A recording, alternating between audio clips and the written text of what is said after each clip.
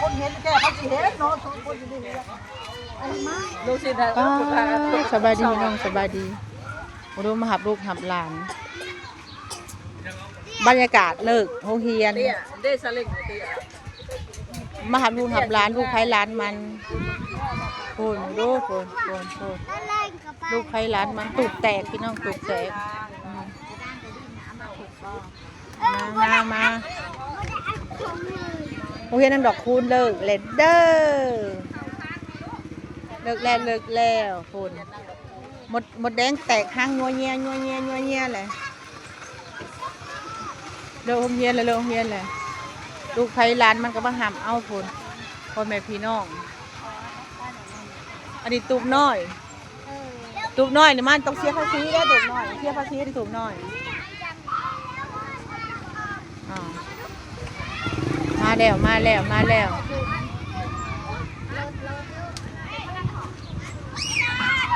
มีเหยียดใหญ่กินผมมาหับร้านผมลูกใครลูกมันหับของใครของมัน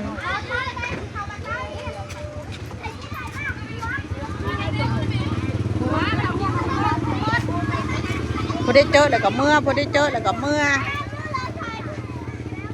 ได้ประทัดเจอก็อยู่